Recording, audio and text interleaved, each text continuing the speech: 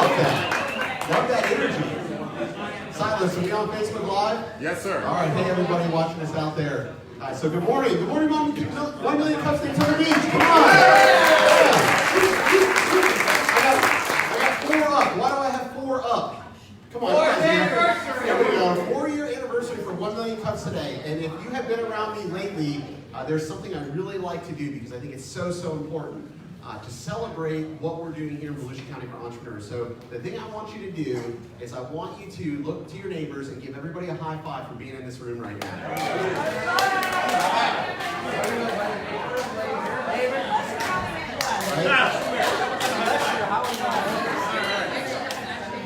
I love it. Setting off the trick here. We might have to start doing this every meeting.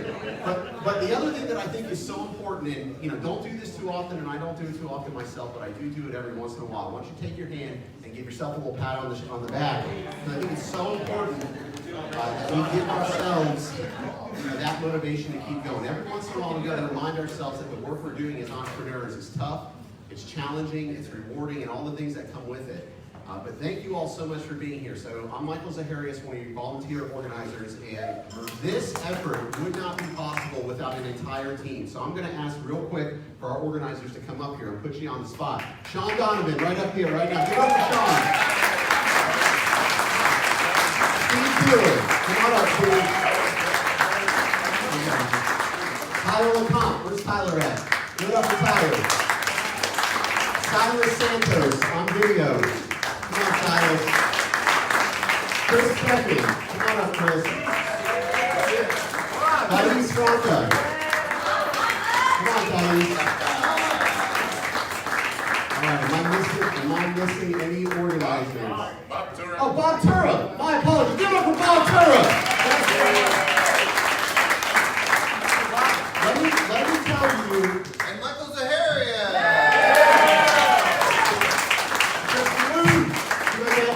Through and through. Every week, this group right here is working real hard to put on a great show for you guys. And we couldn't do it without you because otherwise we'd just be meeting to have a little party for ourselves. So thank you all for being here. Help me give it up for these organizers because they make it happen.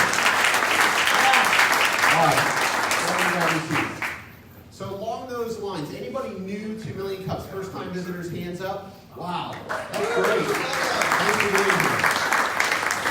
So who are we? Real quick, 1 Million Cups comes from the Kauffman Foundation out of Kansas City. Right now, in more than 175 cities across the country, there are 1 Million Cups meetups going on. So if you travel, or if you're in other areas, go check them out. But we are the Daytona Beach chapter, so what do?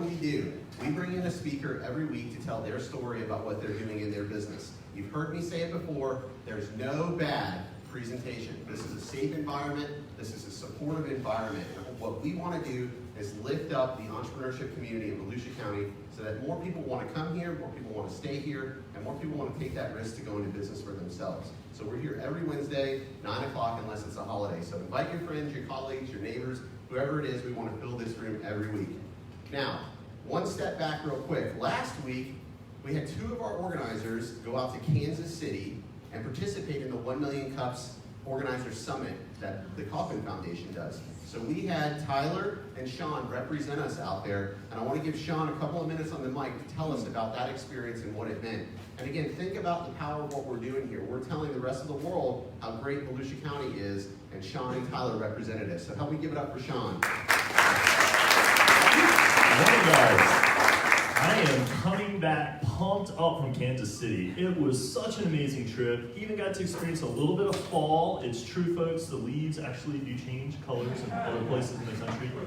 But I was just absolutely blown away. This was my first organizers summit, and I didn't really have any expectations. Tyler told me a little bit about it, but oh man, it just blew my mind. The Kauffman Foundation was absolutely amazing. The facilities, first class, and just the leadership and the team there.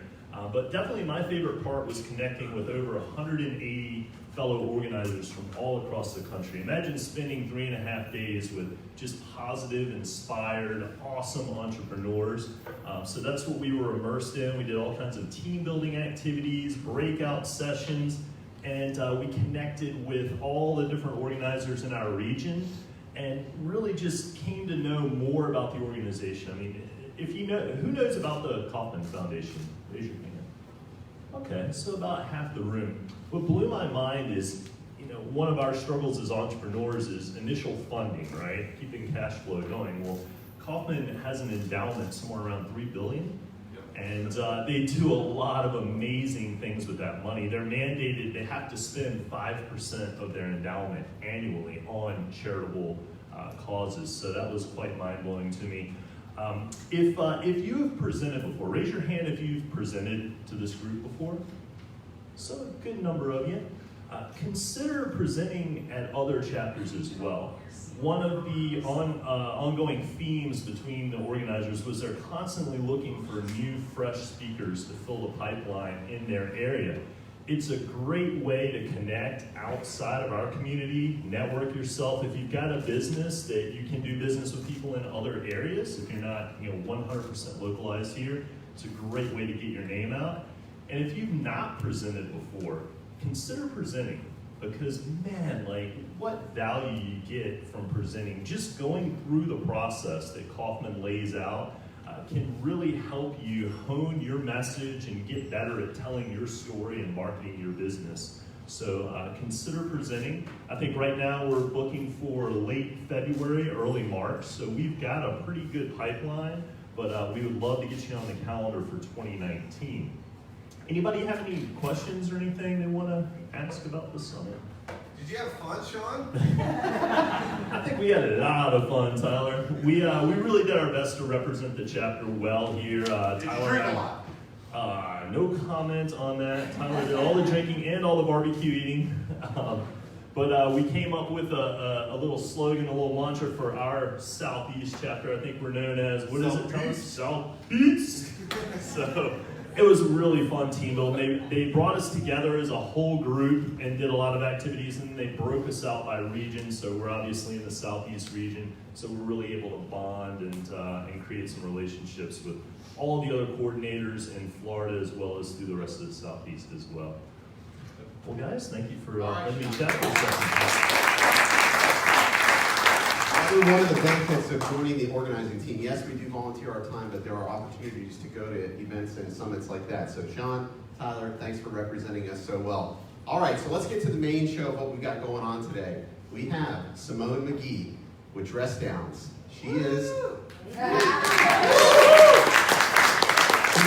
originally from Winter Garden, is a Stetson alumni, and are you ready for this? Is here today from Chicago. To be on Daytona Beach to tell us about what she's doing with her company. So, this room is full right now. I want the highest level of energy for our speaker, Simone Magee.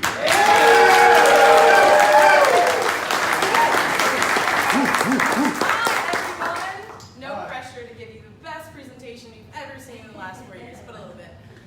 So, as you said, my name is Simone Magee. Can everyone hear me okay? Yeah. I'm really off for the mic, so. For the video, we wouldn't mind if you use mine. All right. I'll use the mic.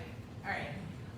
So as I said, my name is Simone Magee, and I live in Chicago, Illinois. I got there 5 years ago after I graduated from Stetson University, which is why I actually am here, because our alumni weekend was this past weekend. So it worked out perfectly that I just so happened to be in town. So one of the things I gave up when I actually moved to Chicago, besides the sunshine and home-cooked meals and family, basically security, was I gave up my car. Chicago is a really big commuter city. You're on the train, you're standing at bus stops. There's really just no way around that. Like, you can't drive everywhere in Chicago. So as I was outside, I realized also, the second thing I gave up was my wardrobe. Not just because the seasons change, and it's now winter, and winter clothing doesn't translate to Chicago winter clothing at all. What I realized was standing by the buses and waiting for a train, I was constantly doing this. So if you're a woman, you're like, oh, I know that move. It's the wind is about to blow, I'm wearing a really flowy dress. I cannot moon everyone here, that's just not okay. So I was doing that frequently, and if you're a woman, I mean, the last time you wore shorts under your dress, you were probably like 12 years old and you're on the playground. You don't wear shorts under your dresses. You probably wear Spanx, and you really don't want anyone to see your Spanx either. So that was just like another secret. I was like, okay, what am I gonna do? So I've been there for a few years, and this kept happening. a bus would pull up, fast speed, I'm standing there and had to brace for the impact for the wind. I was waiting for a train, and the train would shoot by, and my blouse would fly up a little, and I'm like, oh God. So one day it was warm enough for me to wear a dress, and I was like, okay, I know this dress gives me problems, but it's fine, I'll just hold it, I'll throw my bag over my shoulder, I'll tie my sweater, it'll be good, it's fine. So after work, I get to this giant major intersection. It's basically like crossing I-4. And what I didn't realize is that I had my purse and I had a box I was carrying, so I couldn't hold my dress. And I was like, oh God, okay, if I cross the street, I can throw the box down and then I'll just stand there. It'll be fine, nothing will happen. Like, Mother Nature, God, please, just one time, just be on my side, please. So I get to the middle of the intersection, and of course Mother Nature is like, no, screw you, that's not happening. She sends a giant gust of wind, and my dress goes flying into the air, and I was mortified. And I get to the other side of the street, and I'm so heated. I'm like, why, like, what do I do? So I rush home, I get online, and I'm like, okay, I know there's something out there. There has to be something out there. Like, I'm not the first woman that has had this problem. Hopefully this clicker works. I've never used a clicker. Clicker? There we go. So I go home and I'm online and I'm like, okay, I start typing in things. I'm like, all right, dress weight, something to hold your dress down, anything, please, just do your job, come on. And I stumbled on an article that mentioned the Queen of England, obviously, that she had a personal seamstress, which was great for her, and her personal seamstress hand sews weights into all the hems of her dresses to keep her from having an embarrassing moment. Well, that's great for the queen. I'm not a queen. I don't think anyone here is a queen. That would be more embarrassing than what if it was. Yeah, exactly. And so I was like, well, you know, the queen has a lot of things I don't have, but I definitely don't have a personal seamstress to come in here and sew weights into every little thing of my dress, hem of my dress.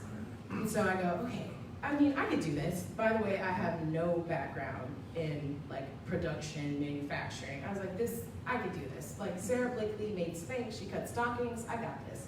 I can do this. So I get to work and I'm like jotting down ideas. I have this little book, and this is probably the year 2015, 2014. I'm just playing with the idea. At this time, I'm working for a PR firm, which we'll come back to later, which actually is really how I was able to get my idea off the ground. And I'm like, okay, so I'm going around and asking women, they're like, yeah, this sucks, dude. Like, there's nothing out there. You can't really, it's a problem, it's a pain point. And I believe there's 3 like cardinal rules of being a woman that we all can agree upon, and it's, you know, you don't wear white during that time of the month. Red lipstick is always in season, and it's that, you know, when the wind blows, you're gonna cringe a little if you're wearing a dress. And I was like, okay, I got this. And I got online and I saw so many women looking for solutions, and I was like, I'm gonna do this. So these are just some of the funny things I see on Twitter every day, like comments of women just like, complaining, like, oh God, no, it's happened again, like, no, which really kind of proves the market for me. Every day I just go on Twitter and Google dress flew up, offer people codes, which is another way to market. So this is 2016. This is when I cringe. Like, I'm so uncomfortable showing people this, but I'm like, might be worse than my bottom, but this just makes me so uncomfortable because that first one was when I was in the rendering stage, and I just thought it was the best thing ever. I was like, this is so good, and looking back, I'm like, that looks like laundry detergent. Like, it looks like something that has nothing to do with what it's meant for, and it's just so, I think it's like the first like iPod, when you look at it compared to now, or like your iPhone, it's just laughable to me. But thank God I came to my senses way before I got to production.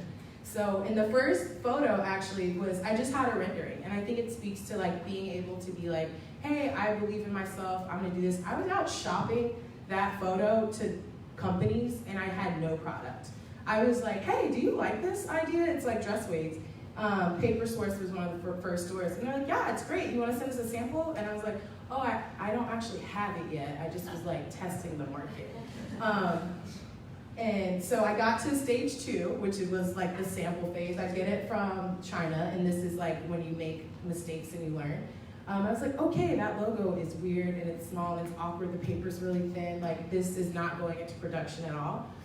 But so in between stage 1 and stage 2, I was really able to kind of like fine point what's off on here, what could be better, what's weird about this. But I learned throughout that phase, I was like, okay, design is really gonna be your best friend. Like, what do women want to see? They want to see color, they want to see vibrancy, they want to pick it up off the shelf and be like, oh, what's that? So a few mistakes along the way I made is that first image when I got it from production. I was like, okay, this isn't gonna work. The paper backing, I completely overlooked.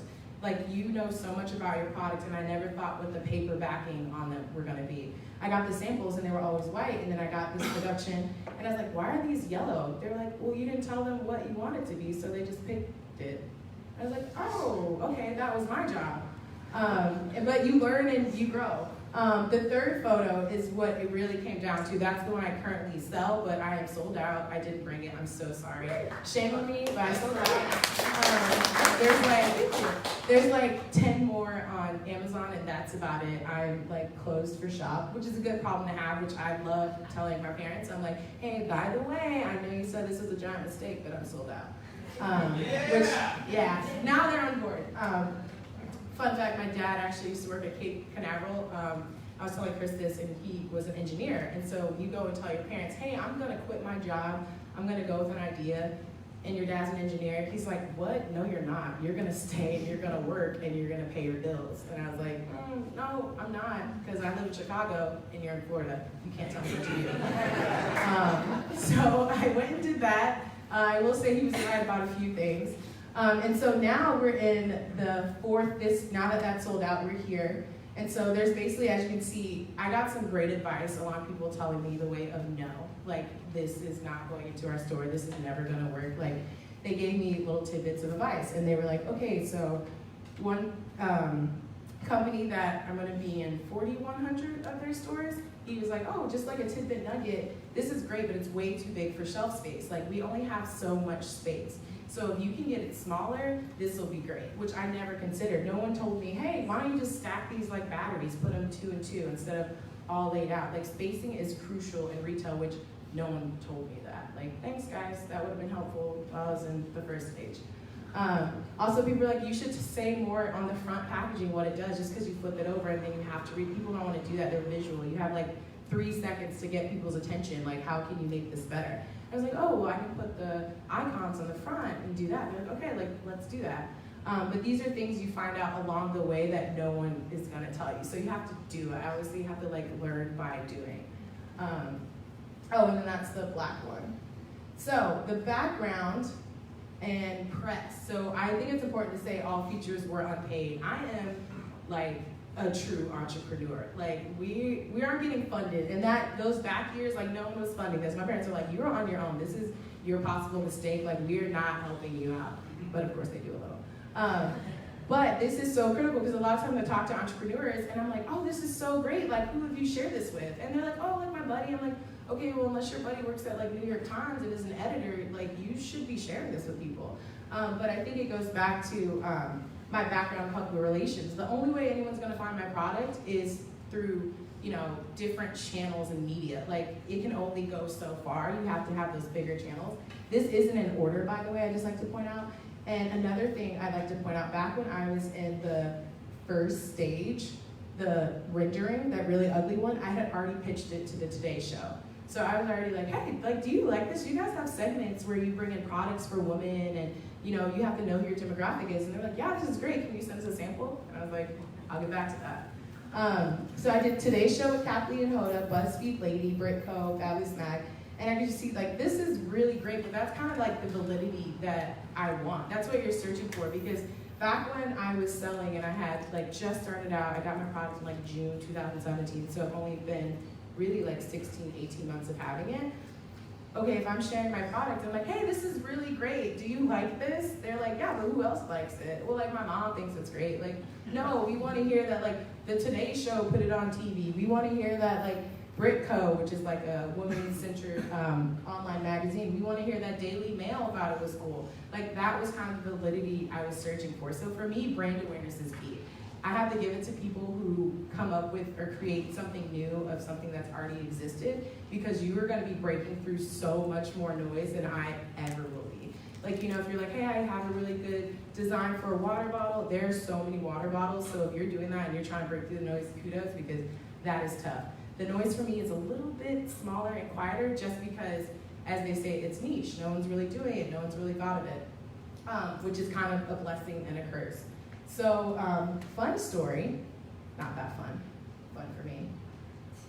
Fun story, when I first started out, they, after the thousands, I want to sit and count, and I want to say the thousands of no's. They were like, hey, like, this is great, but I would go back and update them. Like, hey, like, today's show said yes. Hey, they said yes. Hey, they said yes. This is what I've been doing. I've been improving the market. Everyone's like, this is great, but we don't know if women want this. I'm like, trust me, I know what women want. I'm a woman. I don't know what other. And I go back and I go to one of the buyers. I was like, hey, since the last time I talked to you, since 6 months ago, this is what's been going on. So a lot of times buyers will be like, that's great, that's awesome, thanks. Like, come back to the table. Like, we want to talk to you some more. I'm proving the market. Like, I know it's there. One buyer from one particular really big chain worth billions and billions of dollars, I followed up with her. I'd sent her samples. I never heard back. I was like, hey, just to follow up. And she basically told me, like, you know what? Like, don't email me again. Like, I'm over it. This will never work. It's too niche. I don't want it. I'm like, I walked in your store. Like, you sell products like this. And I was so heated. For 3 days, I'm like talking to my friends. I'm like so pissed off. I'm like, I don't know who this lady thinks she is, but no one talks to me like that. Okay, people do, and you should probably handle it like that.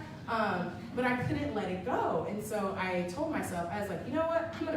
I know what I'm gonna do. I'm gonna write the vice president of this corporation worth billions of dollars, and I'm gonna give him a piece of my mind. Because what's he gonna do? Go and tell their competitors, like, don't bring her product in, she was rude to me? I was like, I have nothing to lose. She already literally told me no. So I write this heated email. I did not send it angry. Remember, you can write angry, you edit, and then you send it. So I edited it, and I had my friend look over it, and I was basically kind of giving them the middle finger. I was like, if you need me, I'll be on Amazon. Like, I don't need this from you. Amazon's on pace to be 50% of sales in North America by 2020. If you don't want me, that's fine, but I'm gonna give you a piece of my mind on the way out. So I sent this heated email to this vice president of this company, and before I did it, I called the company to make sure he didn't have an assistant, because I was like, I wanna know if he's gonna get this email. And they're like, he doesn't have an assistant. I was like, perfect. Slammed the phone down, send the email, got it off my chest. Day later, I get an email back from him, and I'm like, oh God. What? Like, I open it with my eyes closed, and his first response is, who are you? How did you get my email? And I don't think I'm the right vice president that you're looking for. So I sent it to the wrong vice president. He was like, why are you so mad at me? I'm not the right person. He's like, I think you meant this vice president, so I'll send the email for you. And I'm like, okay. So he sends the email to the vice president of merchandising, which was the person I needed. And I'm like, sure, he's gonna send that email. But as you know, internal emails, people open, they don't open our emails. They get hundreds of emails today, so when they see it's from internal, they'll open it. So he sends it, and I was like, okay, cool. Day later, I get a message from the correct vice president, and he's like, whoa, chill. She wasn't wrong, she wasn't right. Like, we've had problems selling items like this, but that doesn't mean yours won't do well. How about this? I love it, I'll send it to someone lower on the totem pole. They'll evaluate it, then they'll get back to you. I'm like, okay, fine, but I could be in your store, that's cool. Like, so he sends it to another person. She's like, I love these, I want them. So I fly to the headquarters, and they just placed their PO like last week.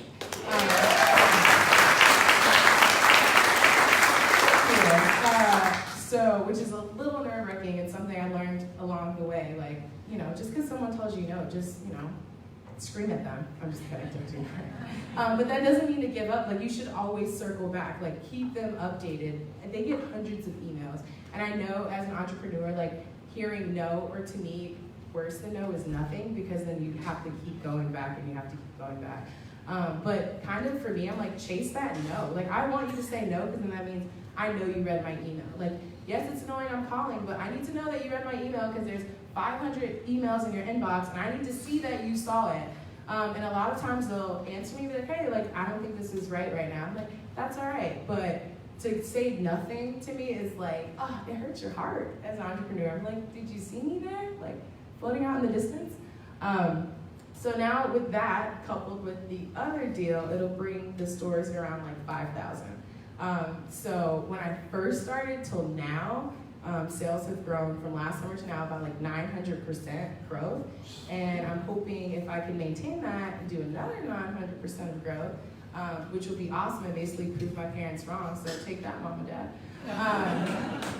But so right now I'm at the point of like, this is so great. I've backed it this whole time. I've had a few friends like invest like little amounts of money. But the fun thing now is fulfilling all these purchase orders, which, as you know, costs money. So now I'm in the stage of reaching that next phase of growth and really getting them into retail. But as I said, I think one of the biggest mistakes I didn't learn quickly enough was to just be on Amazon, which I'm sure the retailers would be so mad I'm telling you that.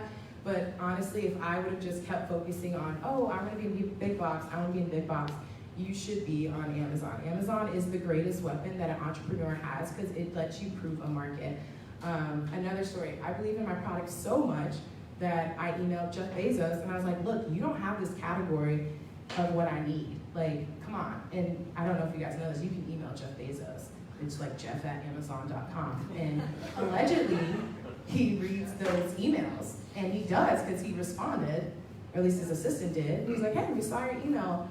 Let us get on this. We see your point. I'm like, give me a category. Like, there's gonna be competition. If Nike and Apple have not been able to figure out how to get knocked off, I'm not trying to be rude, you're probably gonna get ripped off. And that's okay, but you have to be the first and you have to be the best. And for me, that's what's the most important. We all know Spanx because she was the first and she was the best and she maintained that category market. We all know Fashion Tape, well, the women do, like to keep from having nip slips. You know, Fashion Tape is actually a trademark name. Like, they own that category. They have their own category within Amazon. This lady created literally tape, so you're like, top doesn't, I'm trying to help the men out. They're like, what's Fashion Tape?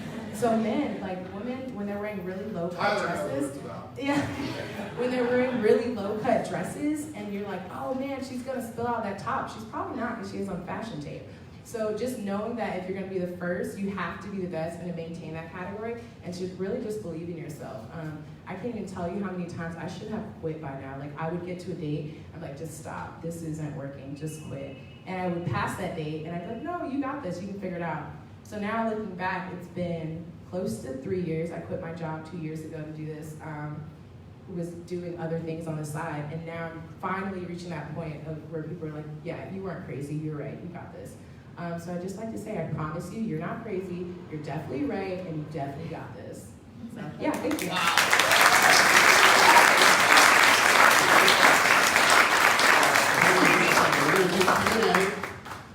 Yeah, if you have any questions. Yeah, hang on a second. We'll get this microphone for you. Would you mind coming up on stage real quick? Make sure this is on. Testing, testing, testing. All right, so that's on. Gotta be close to that one. Okay. We don't have any tape or any of your product for that, so you gotta be close to that. So we'll do Q&A. Please raise your hand, introduce yourself, and then your question. Thais, you want to kick us off? My name is Thais. I'm an artist in Norman Beach, the owner of Thais Art Gallery and Studio. And first I want to say thank you for coming. It was a very refreshing presentation. You did a great job. Oh, thank you. What was your initial investment on your company, and how did you make that happen? Sure. So I basically underestimated. Can I have that mic back? So I completely underestimated how much everything was cost. So I quit my job way prematurely. Like, if I could go back in time, that was one of the mistakes I made. Like, I was like, I'm out. Like, I'm gonna go make my own money. It's gonna work in like 3 months tops. Like, I got this. Like, I was so naive. And so I used the money I had saved from my like account executive job and just pumped it in and quickly realized that like, what? That wasn't nearly enough money for you to survive, let alone run a business. And so I was doing like Lyft, I was babysitting, I do freelance PR work. I was doing all that to kind of like funnel it back into the business.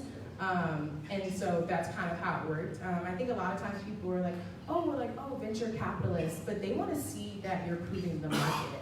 Like, you can't just be like, oh, here's my idea, and then sit on it and then show them that you're not doing the work. Like, you still have to do the work. So for me, I like funded it as much as I could, got some investments for some friends, like small, like $1,500, $2,500 to really just like up my online presence, and then kind of like left it at that. And now I'm getting to the point of like, okay, now that I'm getting big major purchase orders, now people want to give me money, which makes no sense. I'm like, where were you 10 months ago when I needed this? But yeah, so I was basically funding it all. Hi, Kevin Silly, local small business consultant and supporter of the entrepreneur community. Great presentation, I loved it. I've never heard of this. Yeah, that's the first thing most people tell me. But your whole recitation brought back fond memories of going downtown Chicago when I was a high school teenager. Watching women have this problem. You could have solved this 30 years ago. I don't know what I was thinking. But my question is, actually, Tracy prompted the question. Are these reusable? Yeah, so they're reusable. I completely forgot my open line. So dress downs is the first reusable and discreet dress weight, is what I tell people. So I think for me, the biggest solution, like I was like, okay, women don't want to sew, and I don't want to run an iron over to make this stick. So like, what can I do? And I kind of worked my way backwards from there. I was like, okay, what's the like most lazy way I can apply these? And then I was like, all right, this is what it's gonna be. But like I've said, I've expanded. I think the only way to like stay, nothing stays the same. Like every product has another regeneration, so it's only gonna get better and better. And for me, I quickly learned that like you gotta keep improving, you gotta keep getting better. So like the next production run, I'm making them in nude and black, and I'm already adding SKUs of like a circle version, a heavier set version, you know, tape for the back. So it's really about like expanding the line to give women kind of like more options. Because who doesn't love options? Flex play, there you go. Thank you. Yeah. Hi, I'm Steve Keeler, a consumer products marketing consultant. You said before you went up that this was going to be the best presentation you've ever It seen. was. Yes, it was. I want to tell you that. I have a question for you. When you sent your email to Bentonville, Arkansas, I would have to. I'm working. It wasn't that my story. I'm working on them. Actually, just recently, I never approached them because I was always like, I'm such a small fish. I have to get my ducks in a row because I don't want to miss that chance, like get that chance and mess it up. So it wasn't them, but I actually just reached out to them and hopefully we're gonna set up a meeting. So. My question really was, what was your opening purchase order for those number of stores? The first of the boutiques or this one? This like how one. much did they hurt? It was close to, they just sent it as 8,000. So that's gonna be 8,000 units. Wow. So Fabulous. yeah. Yeah, that will mean something to the guys at Bentonville. Yeah, right, exactly. That's what I'm hoping for. All right, I'm gonna try to get to everybody. I saw a lot of hands go up. Awesome presentation. I don't have a question, but I just want to let everyone know that if it wasn't for Paula giving me a newspaper cutout article, Simone wouldn't be here today. So let's give it up for Paula. Setting this one up. Victoria, I also just want to say it was an amazing presentation. You could really feel the palpable energy you have for it. Oh, thank you. I'm a future customer. Oh, Thank you. awesome. Yeah, Alex with Ormond Beach Journal Simone, a phenomenal job. Just one thing I want to touch on, which I think is the most value you probably give half of the people in this room. You mentioned that your biggest struggle was that you were ready to give up. You said there were countless times you were like throwing in the towel. What was your motivation between throwing in the towel and the next day going back at it like that never happened? For me, it kind of got to the point of like, okay, you're so far in it. Could it really get any worse? No, it was definitely like something would happen. Like some seed I planted earlier and didn't realize was like growing was happening from things I did months ago. So going back, dang it, you took my clicker. Going back to like BuzzFeed. So I got BuzzFeed and that was really big for me to like do that by myself because you're competing, when I say the noise out there, you're competing against Disney, you're competing against Starbucks. Like they pay to get their content there, which people don't realize. You're like, why do I keep seeing the same product? Like they paid for that placement. I don't have that luxury to pay for placement. So I had pitched BuzzFeed months ago. They actually found my product. I saw the email. I was like, oh, this girl works at BuzzFeed. Reached out to her. It's like winter. She's like, oh, we love them. We're gonna do a story. I didn't see the like benefits of that till almost like 8 months later. So it was something that was happening that I had done way before that kind of kept me in the game and feeling like motivated of like, you can do it. But like, by all means, I think it's really important to be like in groups because it can be like extremely isolating. Like only other entrepreneurs really know what you're going through. Like most of my friends aren't looking at their metrics and backends of system and Google Analytics and their web searches and things like that to see how they can improve upon because they don't own the company. But when it's like your bread and butter, like that's all I do.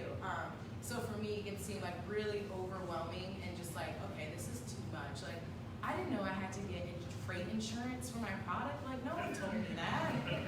Like the day I got the purchase order, or before that, she was like, oh, well, like, oh, can you send us your insurer? And I'm like, insurer for what? She was like, oh, your products. I was like, I need product liability insurance? No one told me that. And that's just like something you have to learn as you go. But now I have product liability insurance, so like great. And also another fact, if any of you are like making products, you can't just put made in China on the back anymore. They nixed that. You have to put like who takes the ownership. So then I had to get a post office thing. They're like, oh, you can't just put made in China. You have to put the like sole ownership. So I was like, I can't put my personal address on there. Gotta go get a post office box. So things you learn along the way. But yeah, no, being an entrepreneur sucks. Like 50% of the time. Question here in the back. Sure. Yeah, great, awesome presentation. Thanks. Ron Smith, Global Engineered Solution Group. 2 questions Sure. and a comment. Sure. First question, did you already identify what your sales have progressed to, from and to? That's the first question. And second question, have you patented this product? Right. And the comment is your comment about getting onto Amazon. I'm in consumer products, getting it into mass merchandisers, Lowe's Home Improvement. Lowe's Home Improvement said their VPs indicated to the buyers that don't consider any product that's not a 4.5 stars and above. Right. Well, how do you get 4.5 stars if you're a brand new product? Right. Get it on Amazon, get comments. Yeah. That's it. So first, how did I sales? Yeah, how are your sales Okay, doing? so I'm sold out. It took me probably like a little bit over a year. So I first got my inventory at the almost start of summer, which meant that like I had a website, no presence or anything. And so it wasn't until this summer, and then I got on Amazon that I like completely like sold out. And so that's why I'd be like, oh, like 900%. I mean, wasn't that much. Oh, I have not identified that. It's not impressive at all, I promise you.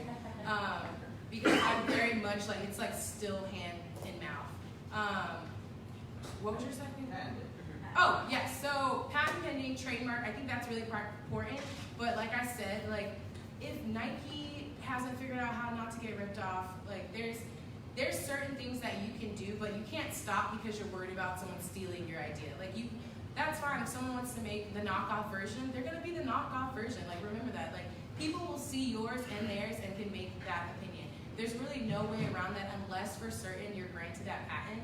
And patents take years to get. So what are you gonna just like sit on your idea for years because you're waiting on a patent? I would highly don't do that because someone's probably already coming up with the same idea. And trademarking is kind of, I think, the best thing you can do because trademarking laws allow you to, I was studying, y'all. I had to open a patent book and get to searching.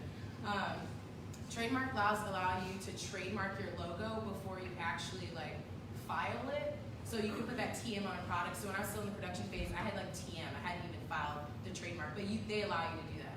So there's little things like that, so you can protect your name, protect your product as best you could. You can always go back and sue people for damages. So in the years they're ripping you off, you can just go back and sue them. Be like, hey, I didn't forget. Here's your, invoice. You owe me. And then Amazon reviews. That's tricky. I actually know someone who got kicked off Amazon. If you catch it, if someone's ripping off your ideas or product, if you catch it early enough, Amazon really wants to have fake reviews stop. They want to because you can pay people. I've never done that. It's wild to me while someone would lie because reviews make a difference in sales. But for me, it's be genuine because the moment you see your competitor is hey, these reviews are weird. I know how reviews funnel, and probably for every one review you see, there's probably 100 purchases. It's very hard to get reviews on Amazon. But if you catch it early enough, you can report it, and they'll be hey, you can't sell anymore. question in the back. Sure.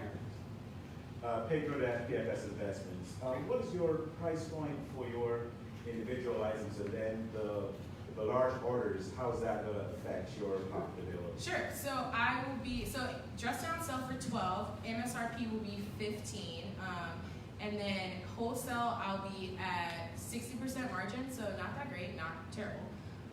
And then, so I actually make, and actually Amazon's kind of, I make 88% because Amazon takes a cut, obviously.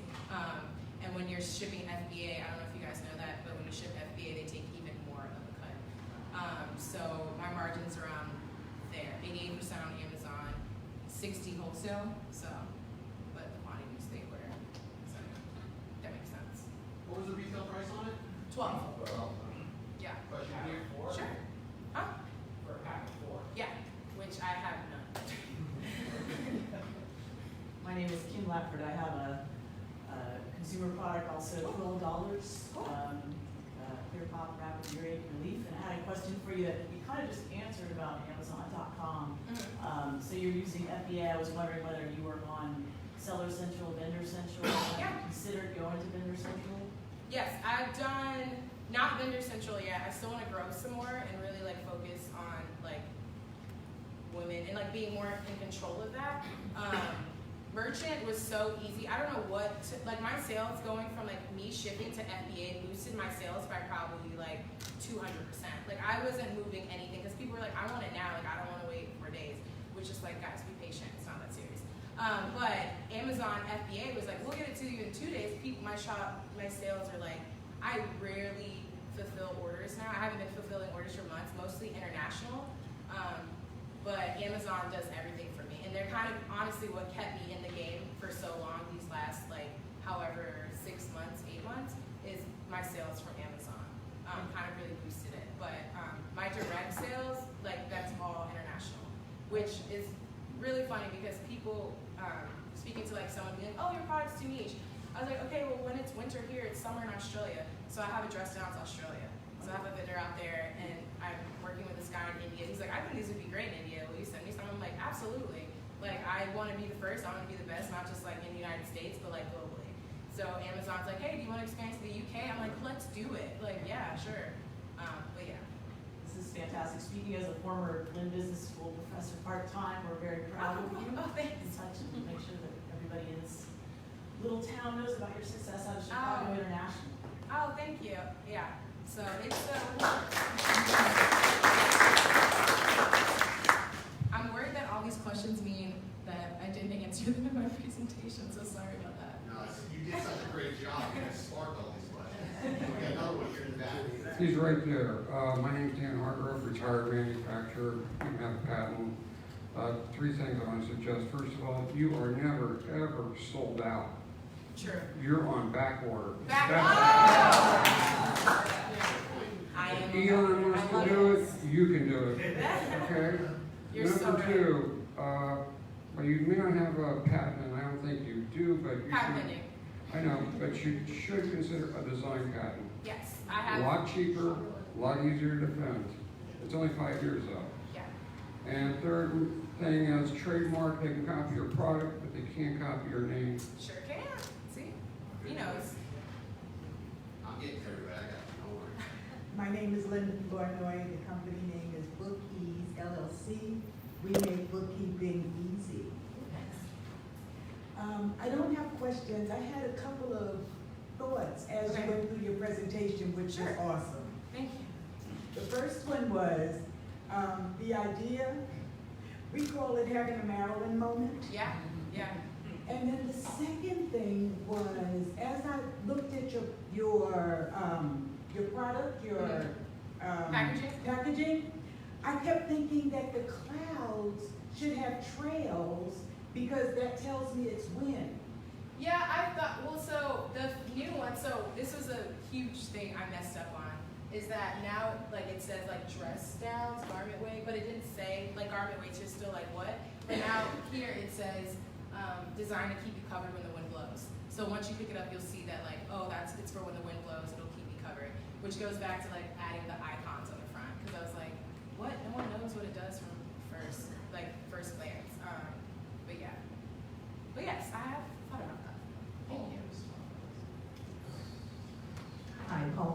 Volusia Senior Learning. Loved your humor in your presentation. Just a technical question. When you peel this product off and you attach one or two of them to the bottom of your dress, is that a permanent thing, or do you take that off and apply it to other dresses and you wash things? Yeah, I frequently, my dad would cringe me lifting my dress up on stage. But, so it has a sticky back like that, and you can just like peel it and keep sticking it on. Fun fact, they're like laying everywhere around my house, so I'll just like grab a shirt and I'll be like, what the heck is this? But yeah, so they're reusable and they just apply. We're working on making the adhesive like stronger and longer lasting and really like perfecting it. But you do have to take them off when you wash in the dryer. They will stay on. I've like pulled the dress out of the washing machine and friends like, they stayed on, but they'll probably fall off like within like 2 seconds. And the heat of the dryer. Yeah, and the heat of the dryer. Good, yeah. How many does it take for a dress like you're wearing? It depends. So it's just really kind of like the user's choice. There's no really wrong way to wear it is what I tell people. It's just whatever works for that dress, because like women know, you have like your high-low, you have your peplum. It's kind of just like what makes you feel most comfortable. For me, I like to wear them on the sides. It just depends if the fabric is thicker or thinner. So 2 is plenty? I wear 4 because 2 on the side, you can't fill them at all, which was a really big thing for me. I was like, I don't want you to know they're there. Like, I want you to forget they were there, which is a lot of time when people put them in the washing machine. I'm like, that's good. You forgot. You didn't feel them. They weren't heavy and clunky and awkward. I like to wear 4 just to be sure, but some people wear 2, depending. All right, we got a question right here. Sure. Hello, my name is Sharon Kruger. I have a staging design company that I just started, and I'm also a book author as well. I love the presentation. Thanks. One of the questions that she just said, I was going to ask you as well about how it sticks to the dress, how long it stays. Right. Are you thinking about designing it a little bit different to maybe put a magnet or something like that to keep it down, or? Right. So, I want to make them in like a circle, but I'm really expanding the line. I want to actually like give women, like once you buy it, you can buy the adhesive for it so you can keep using it. I think it's really important to not just have something like one time and be like, that's not cool. Like, I don't know how many women here in the fashion extras, we have like Spanx, fashion tape, and then we have like sticky bras. And like, there's nothing worse than when you have a bra and you only can use it once on that specific dress and then the adhesive wears off. I'm like, I just spent 20 bucks on this and I got it one time. So for me, that was really important to like give women the option of like adding adhesive and kind of like building on it. This is stuck in my hand. And really building on it so you can have it for life. Like, I want you to have one set, and if you just are like, I just wear it for these 3 dresses and that's really it, that's okay with me. But I really want it on the top of people's women's dressers is what I say. Hang on. Anybody else? Okay, Aaron. No offense, Keeler. You got one word. Erin Patterson of Ascend 386. Thank you so much. I love this. I wear dresses all the time, and this is always an issue, even in Florida. Do you have an Instagram dedicated to this, or just a personal Instagram? No, so I have my personal Instagram is Simon and Garfunkel, which cracks me up. Yeah, so it's garment weight, and actually, if I go back to the last slide, which I meant to tell you, keep going. So a lot of times people are like, oh my God, that image is so cute. Like, how did you do that? And things like that. One of the best weapons or secrets I'm gonna share with you guys is entrepreneurs work weird hours, which means I can go into a store when no one is there. So I legitimately walked into Anthropologie, laid my product down, went and grabbed a really cute headband, a really cute wallet, found a little table, took some photos, got my light right, and then I walked out. I do it probably like 3 times a week. Because I quickly realized, I was like, my closet is only gonna give me so many results of it being cute and like giving people options and kind of like really creating that story. And so yeah, I just go into TJ Maxx. No one has ever bothered me. No one has ever been like, hey, you can't take a photo of our items. Like, if anything, I'm tagging you and I'm sharing it with more people. But yeah, I just go into stores, and I would say bigger stores, not boutiques, because boutiques is probably super awkward to be like, hey, I'm just borrowing your stuff and not buying anything. But yeah, I just put my headphones on, I go and I create this image that I think was in like a Subway shop, like wall, and I was like, oh, let's just like do this and like make it work. That one, same thing. I was like, oh, let's just make this work. But because a lot of places or Instagram, you see like, oh my God, those designs are so awesome. They probably have like studios and like budgets I don't budget. Like, I don't have that. Like, you gotta be smart. So, yeah, just go into a store and lay your product down, create the perfect image, and walk out. Awesome. Yeah, if you're trying to get in the Lowe's, just go in Lowe's. Be like, hey, I want to like play with these items, this wood, and then just they're not gonna bother you. Just a second thing. I really look forward to your next success. I could see you being as big as Sarah Blakely or something like that. Do you have any other product ideas that you're currently working on that are similar in the same category or different category? Different. So I think I'm somewhat of a serial entrepreneur but for me, this is gonna be like what that building block that I need if I want to grow other ideas. I got to go to the New York Stock Exchange back in April and speak on the floor about this other idea I had, which I got funding for, but actually Casper Mattress went into the game, and I was like, I don't want to share the space. I want to dominate it. I don't want to go up against this company. And so I gave them their funding back. I was like, thanks, but it wasn't for dress downs. They were like, oh, we love this idea. Like, we think it'd be great. And I was like, yeah, but you're too late, and now I have to go compete against these giants. I wanted to be the giant. Like, we missed it. But yeah, I have other ideas and things like that, but I think it'll be way more easier for me to kind of do that once I prove that I can do other ideas. But yeah. So. Simone, Michael Zaharias, Porter Virtual Entrepreneur Center. I am so curious, is it just you, your team? Oh yeah, it's just me. Woo! It was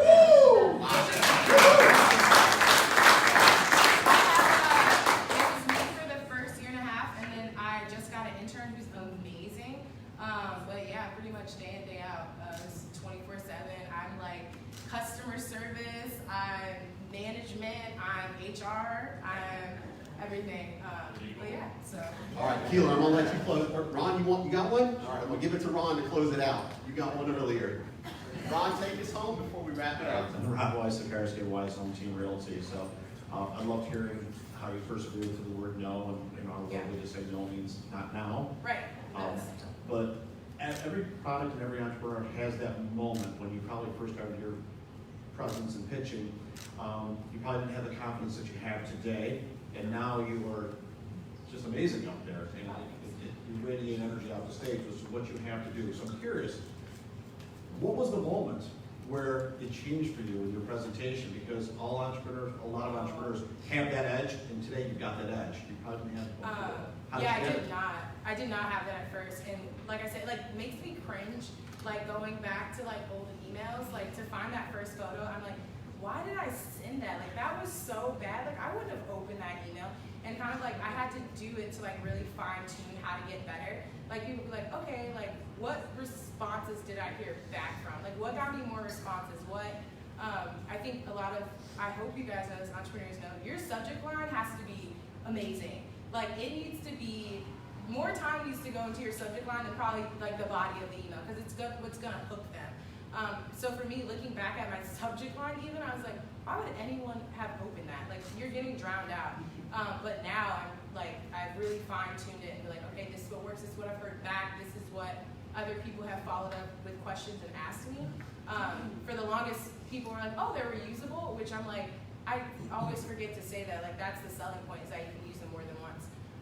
But yeah, it was trial and error, and people being what? No, we don't want this, next. Or people being okay, well, where do you currently sell? So I realized I had to put that in the email. Currently available here, Zoo, I sold, actually my first deal was Zoo Lily.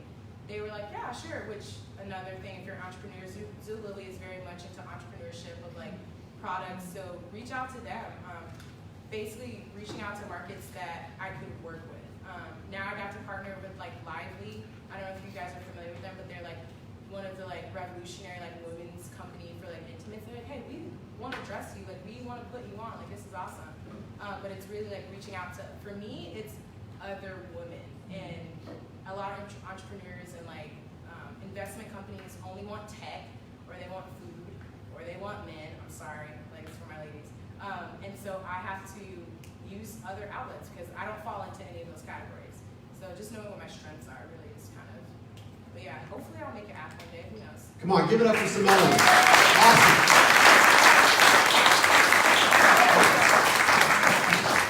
Get the ceramic coffee mugs and carry this with you everywhere you go. Big on a plane in Chicago. Fill it up with lots of coffee because you definitely need it. We've got stickers in there for you too, so take that. Thank you so much for being here. Come on, one more time, folks. There you go. All right. So we're going to do our book giveaway, which is sponsored by our good friend